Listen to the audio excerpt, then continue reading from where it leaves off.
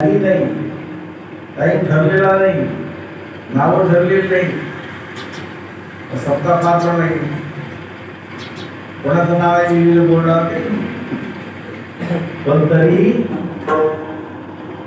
उत्साहात सगळा कार्यक्रम पार पडला. फक्त आता महाराज यांनी सत्ताला आले नाही, एवढी मुली म्हणून आज या नवरात्र उत्सवाच्या पवित्र काळाच्या समारोप प्रसंगाला आपल्या नामसंकीर्तन यज्ञाच्या समारोपाला आज शेवट झाला आणि तो शेवट समाप्ती आपल्या वारकरी संप्रदायाच्या पद्धतीनं काल्याच्या कीर्तनात होत असते. म्हणून काल्याचं कीर्तन आणि काल्याचं कीर्तन म्हटलं काल्याच्या कीर्तनात देवाच्या चरित्रातला जो गोकुळातला भाग आहे त्याचं वर्णन करावं याच्यामध्ये सांगणार. कारण देवाचे हे अनंत अवतार आहे, पण अनंत अवतार जरी असले तरी गर्ग संहितेमध्ये 10 प्रकार, श्रीमद भागवतामध्ये 24 प्रकार सांगितले. गर्गाचार्यांनी तिथे त्याचं वर्गीकरण केले. काही त्यातले अंश आहेत, काही अंशांश आहेत, काही कला आहेत, काही आवेश आहेत, काही पूर्ण आहेत आणि काही परिपूर्ण क्रम आहेत. विशेषतः पूर्णत्वाच्या दृष्टीनं आपल्या समोर जे 2 अवतार येतात ते राम आणि कृष्ण. नरसिंह सुद्धा पूर्ण अवतार आहे. हे पूर्ण जरी 2 अवतार असले तरी देवानी राम अवतार घेऊन साकारल्या धर्माची कैवारी तेच काम केलं. पण आपल्या लीलेमध्ये काही भावाची न्यूनता केली, भाव सांगितले. श्रीरूप गोस्वामींनी पूजन निर्मली ग्रंथामध्ये दास्य भाव आहे, सख्य भाव आहे, शांत भाव आहे, वात्सल्य भाव आहे आणि माधुर्य भाव. त्या माधुर्य भावाचे तिथे जरी 2 प्रकार केले. एक आहे कांत भाव आणि दुसरा व्यभिचार. राम अवतारामध्ये देवानं फक्त कांत भावाचा अंगीकार केला. जो व्यभिचार भाव आहे तो लुप्त होता. त्याच रामाने कृष्ण रूपाने जेव्हा अवतार घेतला तेव्हा त्या अवतारामध्ये हे सगळेचे सगळे भाव प्रगट केले. कारण भक्तीच्या दृष्टीने जर विचार केला तर माधुर्य भाव हा सगळ्यात सरस ठरतो. अनधिकाऱ्यांनी तर त्याचा अवलंबही करू नये. आपले विदर्भातले महान साक्षात्कारी संत प्रज्ञाचक्षु श्री गुलाबराव महाराज ज्ञानपूर्व अवस्थेत जर पुरुषाला भक्ती करायची असते ते म्हटले त्यानं दास्य भावातून करावी. आणि स्त्रियांना जर ज्ञानपूर्व अवस्थेमध्ये भक्ती देवाची करायची असली तर त्यांनी वात्सल्य भावातून करावी. अन्यथा माधुर्य भावाला हात लावू नये. विठ्ठल विठ्ठल.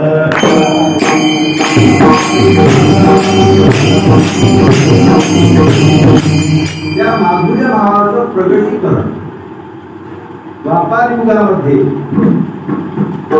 प्रजामध्ये झालं. कुठे झालं म्हणजे गोपींच्या ठिकाणी. जेव्हा देवर्षी नारदांनी भक्तीचे 84 सूत्र दिले, त्या 2-3 दिवशीचे अलग अलग वगैरे मांडले. शांतीचं मांडलं वगैरे वगैरे, गर्गाचार्यांचं मांडलं. भक्ती भक्ती म्हणजे काय या व्याख्येच्या उत्तरार्धामध्ये उत्तरात नारदाने सांगितलं सात्वस्मिन् परम प्रेम रूपा, परम प्रेम रूप जी आहे ती भक्ती. एखादं उदाहरण सांगा ना नारदा, अशी भक्ती तुम्हाला कुठे दिसली? व्रज गोपिका, व्रजामध्ये दिसली, गोपिकांच्या ठिकाणी दिसली. आणि अशा त्या अधिकार संपन्न माधुर्य भावयुक्त भक्ती करणाऱ्या प्रेम रसिका ज्या गोपी होत्या त्या व्रजामधल्या होत्या. आणि प्रामुख्यानं त्या व्रजातलं चरित्र जे सांगायचं आपल्या साधू संतांनी ठरवलं काल्याच्या कीर्तनात, इथे हाच मुद्दा आहे. विठ्ठल विठ्ठल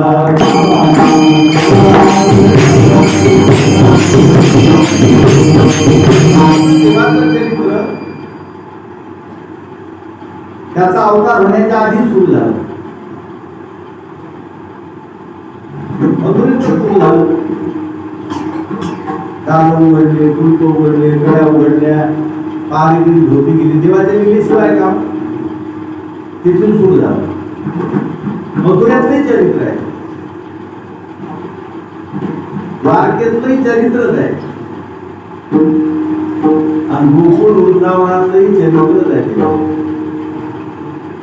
पण काल्याच्या कीर्तनामध्ये माधुर्य भावयुक्त, वात्सल्य भावयुक्त असं जे ब्रजादेवाने चरित्र केलं, त्या चरित्रामध्ये विशेषत्वाने एवढं महत्व येण्याचं कारण काय? तिथे परमात्म्याने आपला सगळा मोठेपणा सोडून दिला.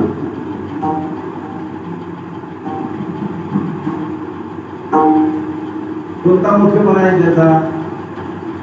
भगवान सांगतात प्रभू साक्षी. प्रभू या पदावर ज्ञानोबाने व्याख्यान केलं. पर्वते वैसकात संडावी, समुद्री रेखा मोलांडावी, पृथ्वीया भूते व्हावी ही आज्ञा माझी.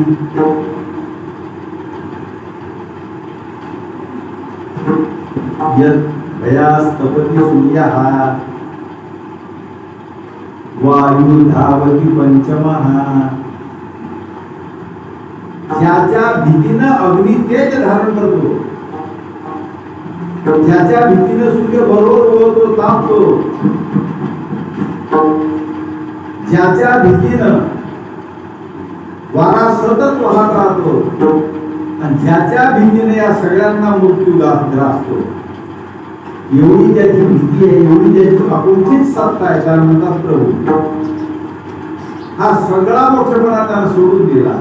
हे बन गौवाचरावत, तुकोबाराचे बंधू म्हणतात, देवा एवढा मोठेपणा सोडून दिला रे, आणि हातात काठी घेतली, आणि त्या गवळ्यांच्या पोराबरोबर तू गाई राखल्यास, यज्ञमुखानं अवदान देणारे घेणारा तू, यज्ञातून अवदान देणारे बुद्धी वाकडं करून करतो,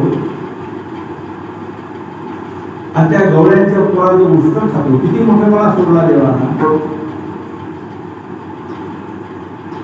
वास्तविक जन्मोजन्मी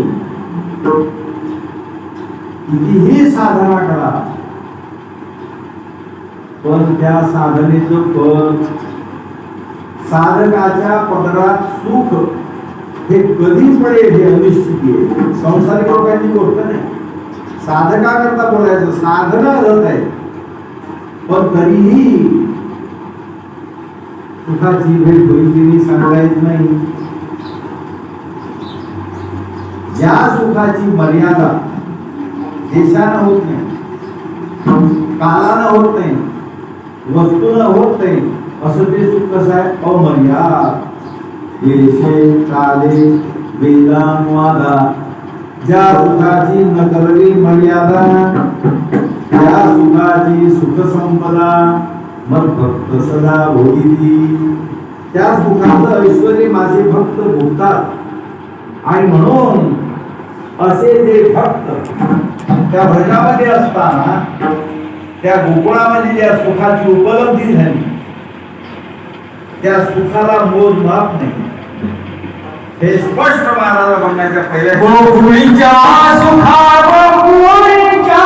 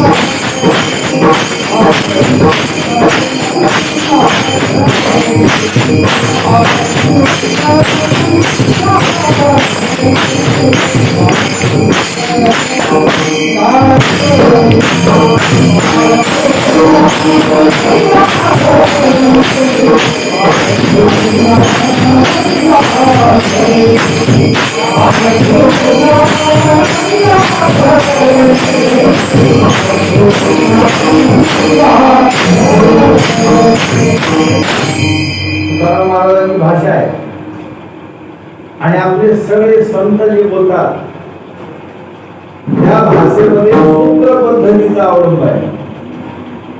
सूत्र कशाला म्हणतात ज्या वाक्यात शब्द अक्षर कमी असतात पण अर्थ फार मोठा भरलेला असतो त्यातली एक मात्रा सुद्धा देणखट नसते. अर्थ एवढा व्यापक असतो की विश्वतोमुखता त्यात असती. सूत्रम सूत्र विलो विलो त्याला सूत्र म्हणतात. स्वल्पाक्षरम असंदिग्धम मध्वाचार्यांची केलेली व्याख्या आहे. स्वल्पाक्षरम असंदिग्धम सारवत विश्वतोमुखम अस्तोह मनवद्यंच सूत्रम सूत्र विदो विदुः त्या म्हणतात सूत्र. तशी आपल्या सगळ्या संत वाङ्मयात अगदी माऊलीपासून तो थेट पहिल्यापर्यंत सूत्र पद्धतीचा अवलंब आहे. गोवाला बोलतात तिथे गोकुळामध्ये जे सुख उपलब्ध झालं गोकुळचं जे सुख होतं त्या सुखाला मर्यादा नाही. म्हणजे ज्या सुखाला तिकडचा काठच नाही शेवटच नाही असं अमर्याद सुख आहे. अंत पुन्हा पार त्याच्यापेक्षा जास्तीचं नाहीच. अंतपार नाही लेखा. लेखा म्हणजे ते सुख गणितात मानता येत नाही. लेखा शब्दाचा अर्थ अमर पुरुषामध्ये देव असा आहे पण प्रकरण पाहून अर्थ घ्यावा असा नियम. जसं प्रकरण असेल तसं इथे तो देव शब्द घेता येत नाही म्हणून वेळ द्यायला तेव्हा गणित करता येत नाही ज्याचा शेवट नाही अपार अपरिमित असं ते सुख आहे. महाराजांनी जे या सुखाकरता विशेषण वापरली त्यातल्या एकाही विशेषणामध्ये आपलं सांसारिक सुख बसत नाही. आज बोलले महाराज अंत अरे वैश्विक सुखाला अंत आहे. वैश्विक सुखाला पार आहे. वैश्विक सुख शब्दात सांगता येते पण याला अंत नाही पार नाही आणि लेखा नाही असं जे सुख गोकुळामध्ये